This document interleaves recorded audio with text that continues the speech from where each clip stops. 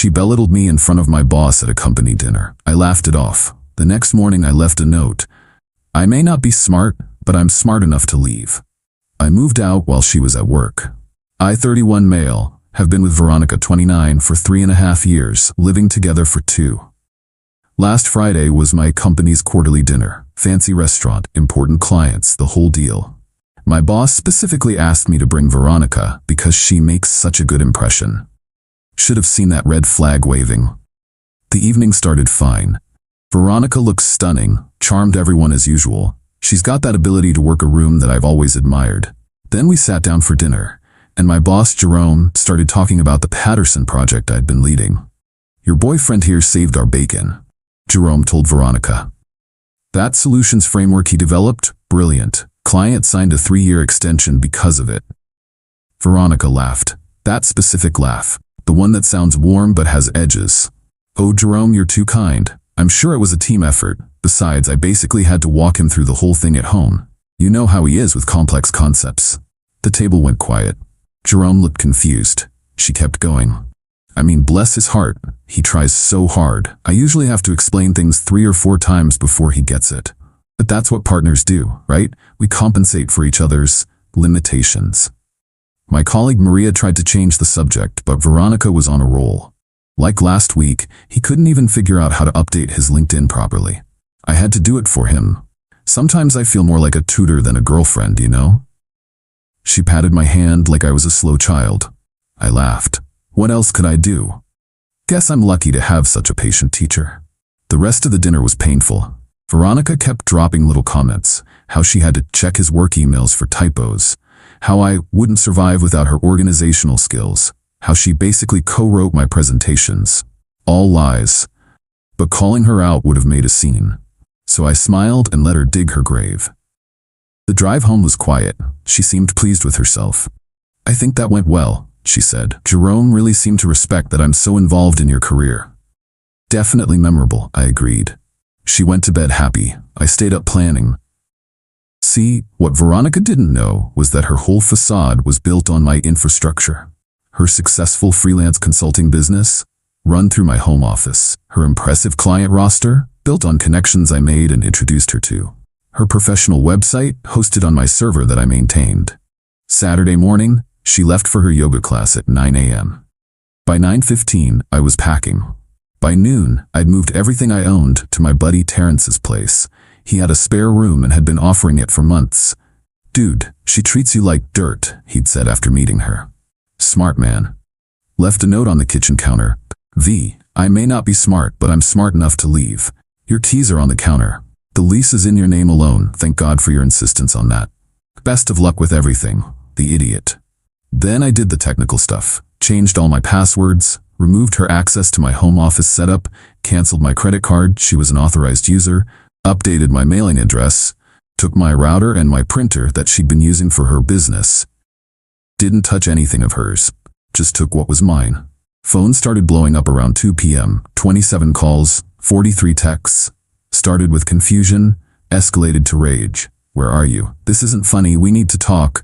You can't just leave. I was trying to help your image. You're so ungrateful. How am I supposed to run my business without the printer? That last one made me smile. Blocked her number Saturday night. Figured that was that. Narrator, it was not, in fact, that. Monday at work was interesting. Jerome pulled me aside first thing. Hey, about Friday night? Sir, I apologize if that was uncomfortable. Uncomfortable? I was furious. Who does she think she is? You developed that framework solo. I watched you do it. Hell, you explained it to Emmy 3 times before I understood it. Turns out, nobody bought Veronica's performance. They saw right through it. Tuesday, got an email to my work address. Subject line, urgent, business emergency. She discovered what happened when I took my equipment and canceled my services. Her website was down. Her client database, stored on my server, was inaccessible. The premium software subscriptions I'd been paying for? Expired. You've sabotaged my business. I have presentations this week. Client deliverables. You need to fix this immediately or I'll sue. I didn't respond. Not my circus anymore. But apparently I should have seen what was coming next. Update 1. The entitlement escalation has been something else. After I didn't respond to her emergency, Veronica did what any reasonable person would do. She showed up at my office Wednesday morning with a laptop and a list of demands. Security called me. "There's a woman here, says she needs IT support from you." I came down to find Veronica in the lobby, laptop open, talking loudly on her phone about critical infrastructure failures and professional sabotage. "Ma'am," security was saying, "you need authorization to be here." She saw me. "Finally, I have a client presentation in 2 hours and nothing works." "That sounds like a you problem. Don't be petty, just fix it and we can talk about us later." "There is no us, and I'm not your IT department." She actually stomped her foot like a toddler. "You know I need that server access. My whole business runs on it." Should have thought about that before humiliating me in front of my boss. "I was building your reputation, making you seem more collaborative." Security stepped in. "Sir, should we escort her out?" "Please." The things she screamed while being escorted out weren't professional. Something about owing her, about destroying her life, about how I'd regret this. Thursday, the real fun started. Got a call from my mom. Veronica had reached out to her, told her I'd had a mental breakdown, and abandoned her without warning, leaving her unable to work or pay rent. Mom's response was perfect. Good for him. That girl was a nightmare. Turns out, Veronica didn't know my family couldn't stand her.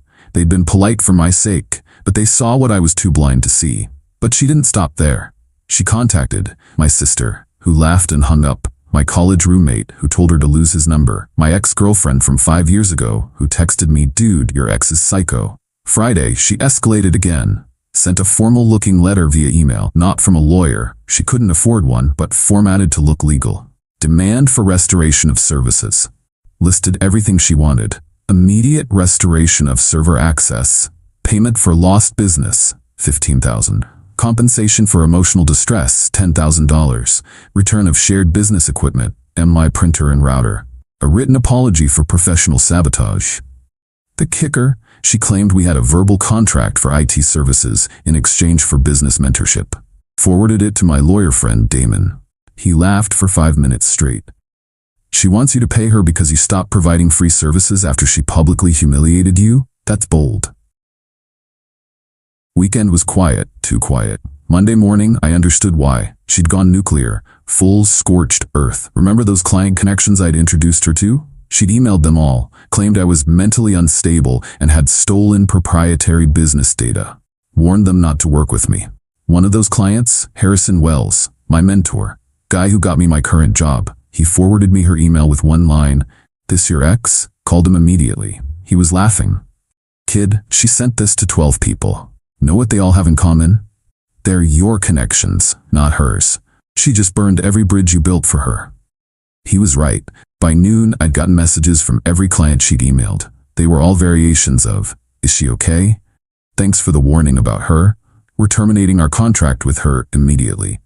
She'd destroyed her own business, trying to destroy my reputation. But the best part came Tuesday. Remember how she insisted the apartment lease be in her name only? "I need to build my own credit," she'd said.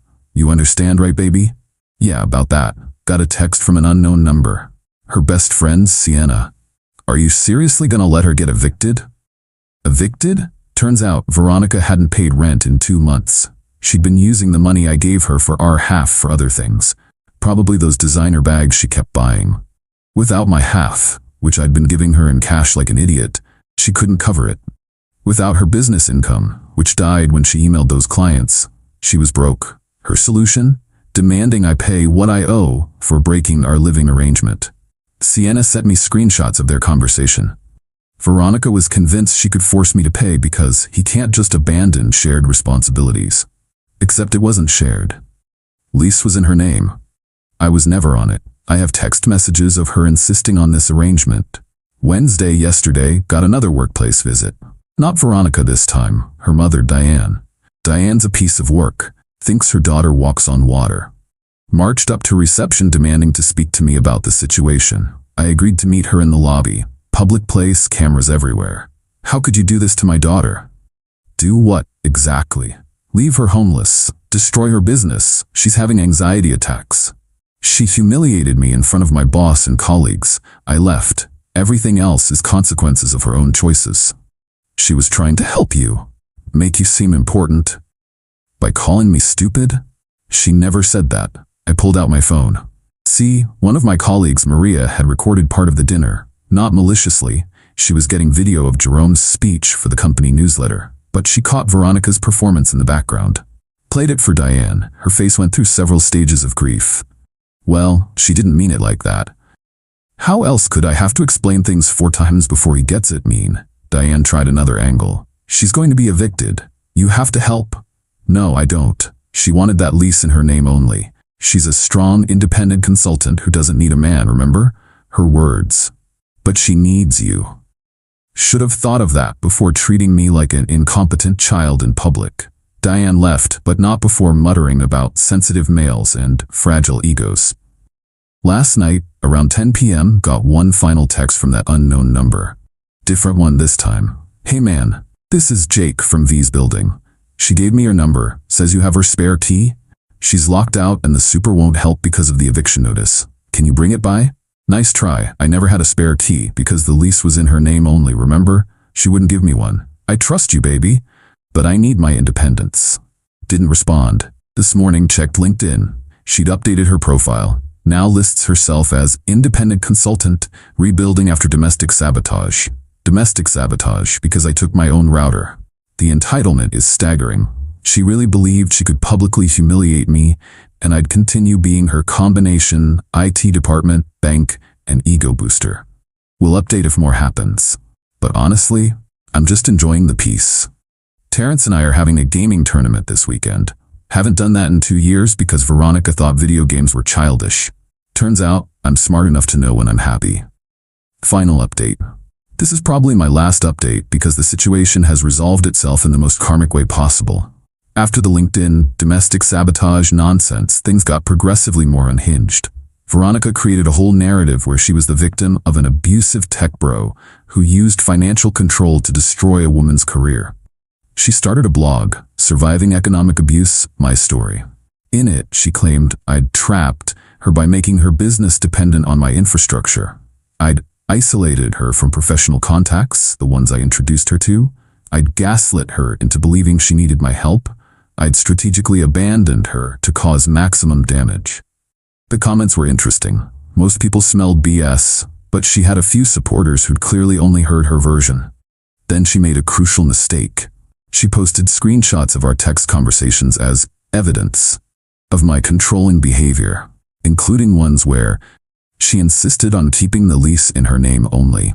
She asked me to introduce her to my professional contacts. She demanded I pay for various software subscriptions because it's for our future. She told me not to attend certain networking events because I'd embarrass her with your social awkwardness. She thought these proved her point. Instead, they showed the truth. Harrison Wells, my mentor, saw the blog. Called me laughing. She really posted evidence against herself? That's bold. But here's where it gets good. Remember how she torpedoed her business by emailing my contacts? Well, one of them, Patricia Hendricks, is a pretty big deal in our industry. She runs a consulting firm with about 200 employees. Patricia was not amused by Veronica's email about me being mentally unstable. Even less amused when she saw the blog post claiming I'd isolated Veronica from professional contacts because Patricia had emails, lots of them, where I'd introduced Veronica, vouched for her, praised her work, where I'd specifically asked Patricia to consider Veronica for projects. Patricia doesn't suffer fools. She commented on the blog post, professionally destroyed every claim with receipts. Ended with, Miss V, you've publicly admitted to using your partner's resources while simultaneously demeaning his intelligence. You've shown evidence of financial exploitation while claiming to be exploited. I recommend removing this defamatory content before actual legal consequences follow. The blog went private within hours, then disappeared entirely. But Veronica wasn't done. She had one last play. She applied to my company for a position in my department, listed me as a reference. The ball's on this woman. HR called me, very confused. Did you actually agree to be a reference for your ex-girlfriend who tried to file a harassment complaint against you? I absolutely did not.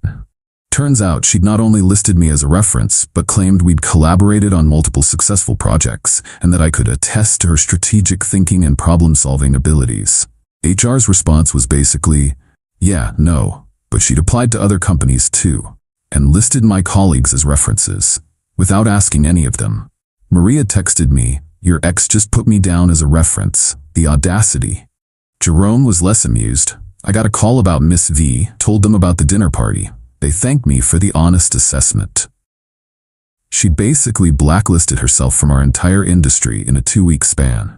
The eviction situation resolved itself too.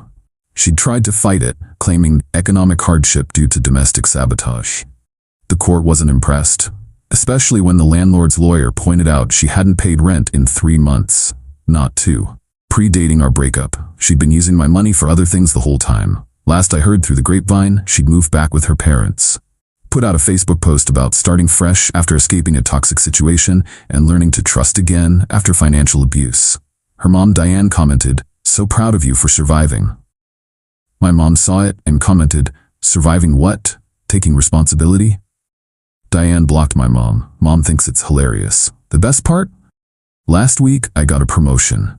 The Patterson project I'd led was such a success that they created a new position just for me.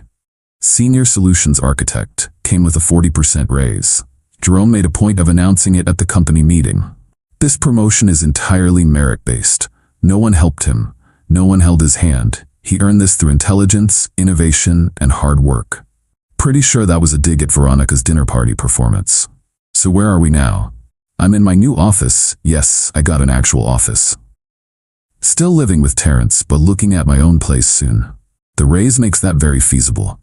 Veronica is living with her parents, no business, no references, and a reputation in our industry as that woman who tried to destroy her ex and destroyed herself instead. She still occasionally tries to contact me through random numbers. The last message was about how I owe her for all the emotional labor she did in our relationship. I don't respond, just screenshot and save. Damon, lawyer friend, says I have enough for a restraining order if needed, but honestly, she's not worth the paperwork. The funniest part?